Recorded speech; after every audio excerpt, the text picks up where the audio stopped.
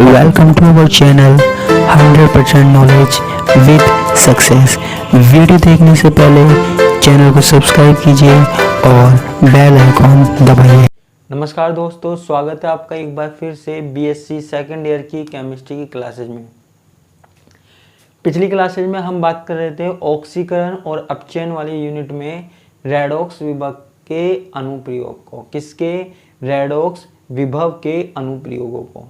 ठीक है, हमने दो अनुप्रयोग पढ़ लिए थे, है ना। मैंने कहा था एक दो और देखेंगे, तो इसके 2 और 3 अनुप्रयोग और हम देख लेते हैं।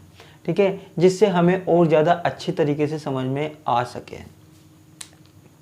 तो देखो, कल की क्लास से आगे ही बात कर रहे हैं। तो आज जो हमारा पास अनुप्रयोग है वो है किसी रेडॉक्स अभिक्रिया के होने का अनुमान। देखो, कल वाला टॉपिक अलग था, जो मैंने प्रयोगशाला वाला बताया था वो अलग था और ये अलग है। ठीक है, देखो हमारे पास कोई भी रेडॉक्स रिएक्शन होगी या नहीं होगी, ये हम किसको देखकर पता लगा सकते हैं? ये हम विद्युत रासायनिक श्रेणी में जो इलेक्ट्रोकेमिकल सीरीज थी उसमें विद्युत रासायनिक श्रेणी में हम जो तत्व हैं उनको देखकर पता लगा सकते हैं। ठीक है, विद्युत रासायनिक श्रेणी में जो अपचयन विभव होता है ना, रिडक्शन पोटेंशियल, उसको देखकर हम क्या बता सकते हैं कि वो अभिक्रिया होगी या नहीं होगी। ठीक है, कैसे? तो देखो यहाँ पे हम क्या करते हैं, एक बात आपको याद होनी चाहिए, है ना। क्या? किसी विद्युत रासायनिक श्रेणी में, मैं लिख देता हूं, किसी विद्युत रासायनिक श्रेणी में कोई ऑक्सीकारक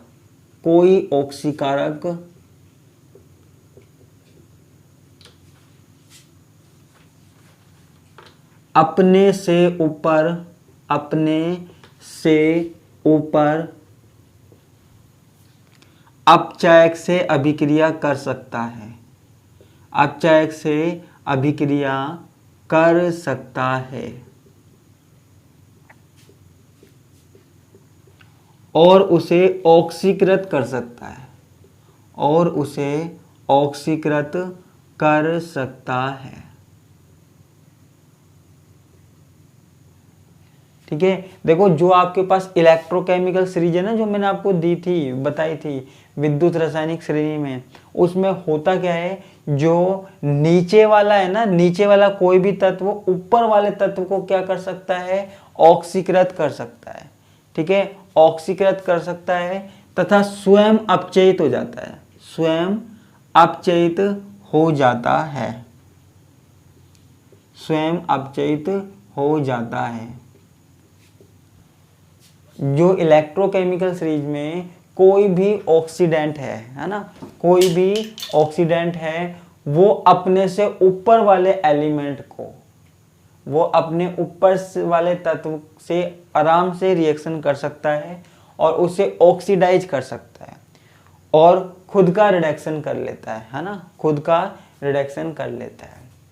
अच्छा, मैंने आपको ये तो बता ही दिए थे ऑक्सीकारक कौन होते हैं और अपचायक कौन होते हैं। ठीक है, बताने की जरूरत नहीं है बार बार। स्वयं अपचयित हो सकता है। इसी प्रकार हमारे पास क्या होता है, इसी प्रकार विद्युत रासायनिक श्रेणी में कोई अपचायक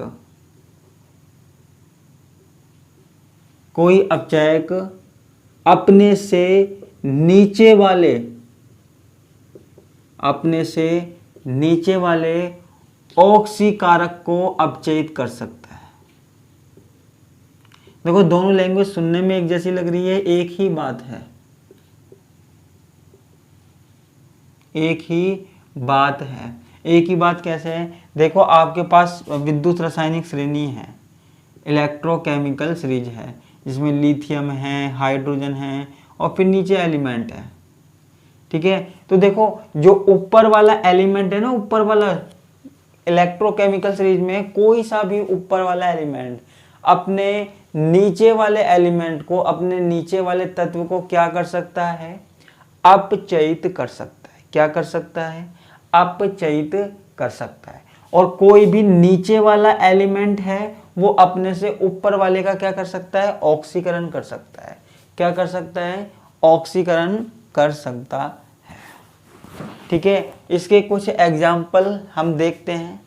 ठीक है, जैसे हमारे पास जिंक एक अपचायक है, जिंक एक अपचायक है।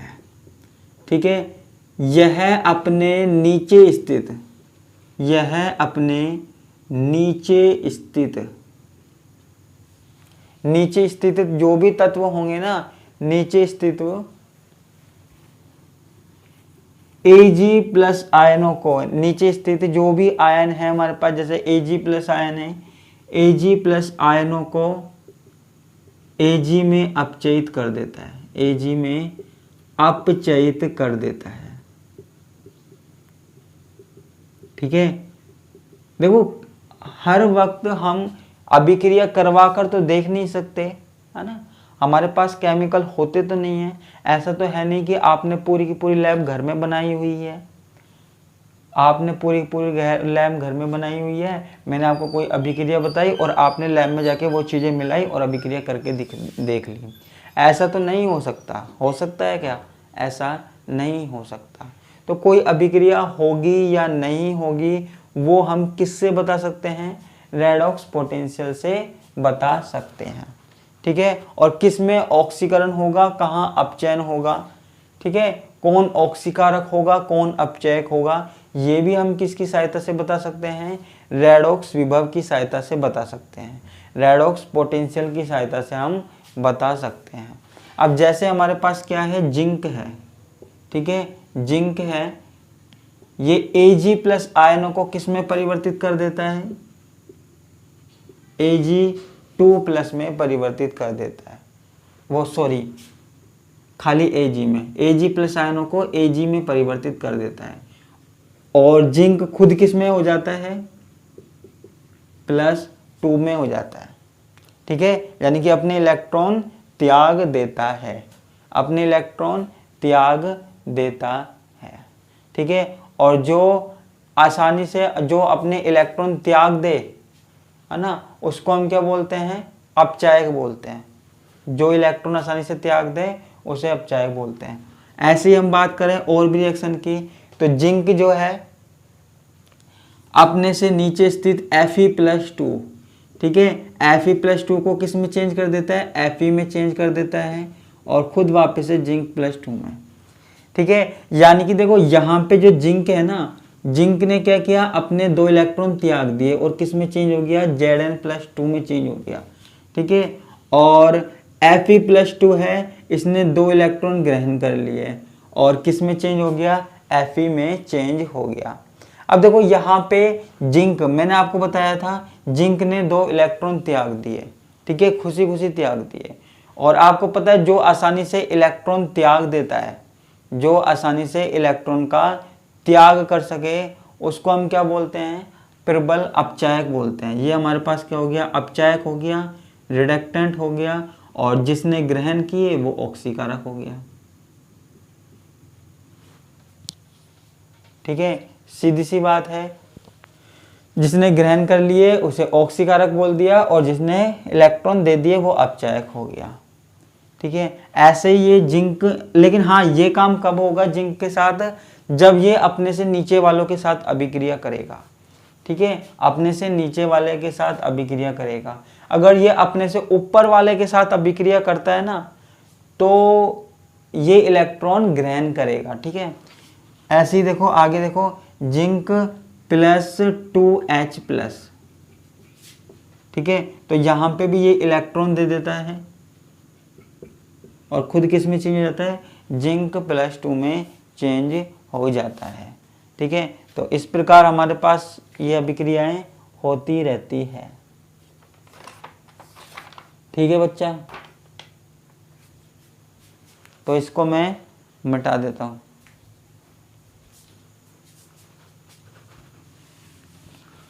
उम्मीद करता हूँ ये आपको समझ में आ गया होगा।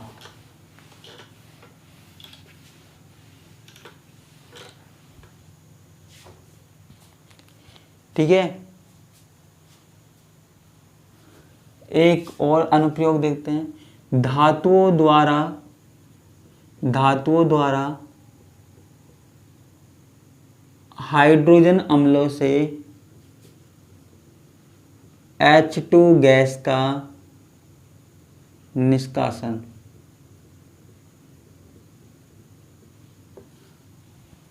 ठीक है, देखो कोई भी धातु जब अम्लों से क्रिया करेगी, कोई भी धातु जब अम्लों से क्रिया करेगी तो हाइड्रोजन गैस बाहर निकलेगी या नहीं निकलेगी, ये भी हम किसकी सहायता से पता लगा सकते हैं? ये हम रेडॉक्स विभव की सहायता से पता लगा सकते हैं। किसकी सहायता से? रेडॉक्स पोटेंशियल की सहायता से पता लगा सकते हैं। ठीक है, तो कैसे पता लगाएंगे?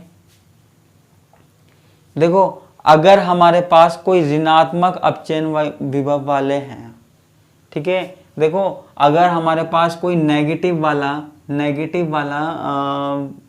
तत्व है, ठीक है, कोई ऐसा तत्व है जिसका रिडक्शन पोटेंशियल क्या है? माइनस में, -3, -2, -1, ठीक है, बस हाइड्रोजन से ऊपर होना चाहिए वो इलेक्ट्रोकेमिकल सीरीज में, हाइड्रोजन से ऊपर होना चाहिए इलेक्ट्रोकेमिकल सीरीज में। तो वो क्या करता है? तो वो हाइड्रोजन अम्लों से H2 गैस का निष्कासन कर सकता है। क्या कर सकता है? हाइड्रोजन अम्लों से H2 गैस का निष्कासन। तो मैं यहाँ लिख भी देता हूँ, ऋणात्मक अपचयन विभव वाले धातु हाइड्रोजन अम्लों से H2 गैस का निष्कासन करते हैं या H2 गैस मुक्त करते हैं। ठीक है, ऋणात्मक अपचयन विभव वाले धातु हाइड्रोजन अम्लों से H2 गैस को मुक्त कर देते हैं। ठीक है, जबकि धनात्मक अपचयन विभव वाले ऐसा नहीं करते। अपचयन विभव वाले ऐसा नहीं करते हैं।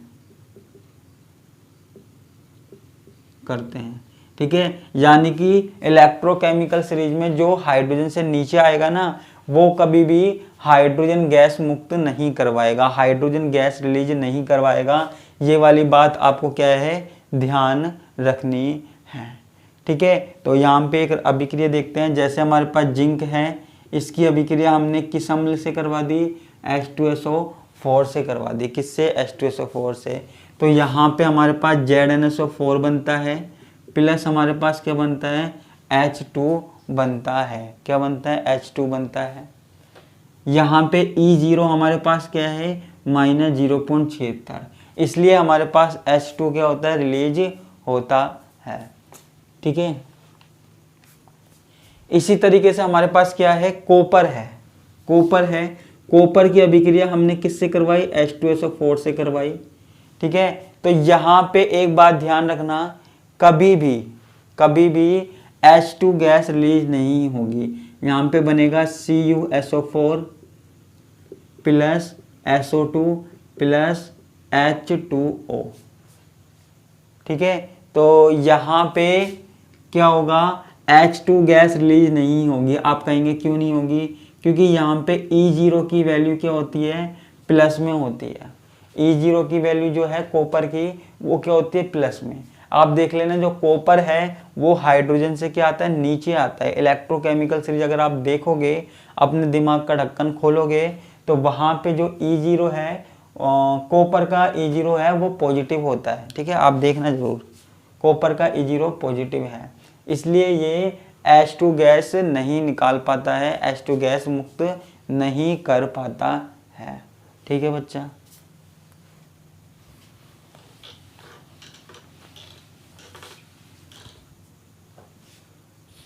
ठीक है।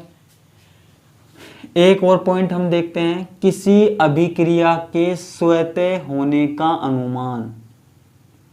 स्वतः होने का अनुमान।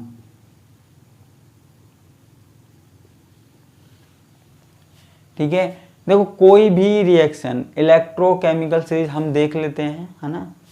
और ऑक्सीकरण और अपचयन वाली यूनिट में कोई सी भी अभिक्रिया खुद होगी या नहीं, केमिस्ट्री में कोई भी अभिक्रिया खुद होगी या नहीं, वो हम किसकी सहायता से पता लगा सकते हैं, रेडॉक्स पोटेंशियल की सहायता से पता लगा सकते हैं।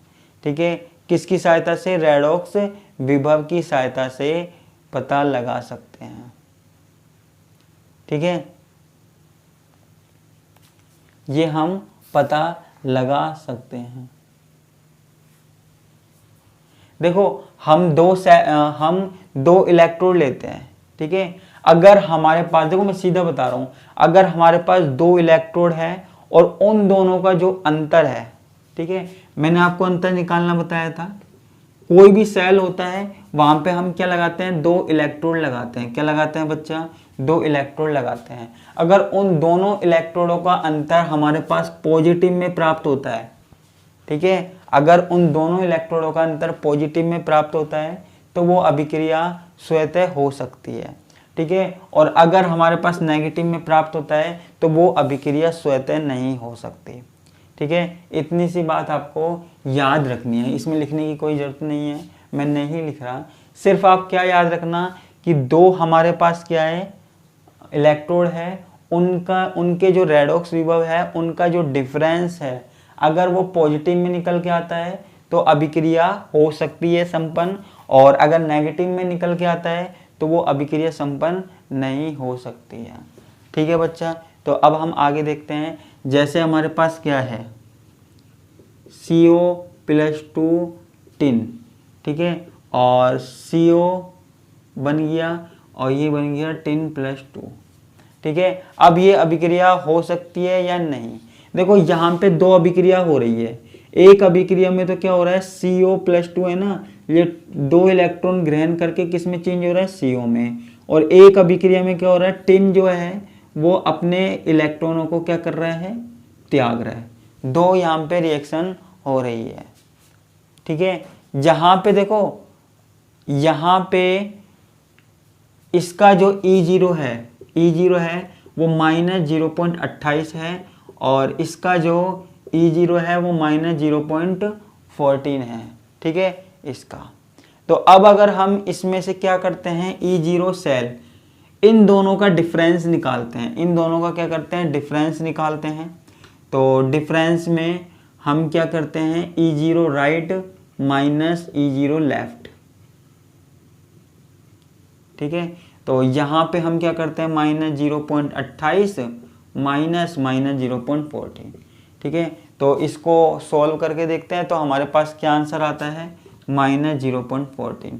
ठीक है, तो हम कह सकते हैं कि अभिक्रिया संपन्न स्वतः नहीं हो सकती, या फिर हम ये बोल सकते हैं कि ये अभिक्रिया जो है वो लैब में, प्रयोगशाला में भी संभव नहीं है, क्योंकि इसकी वैल्यू क्या आ रही है, माइनस में आ रही है।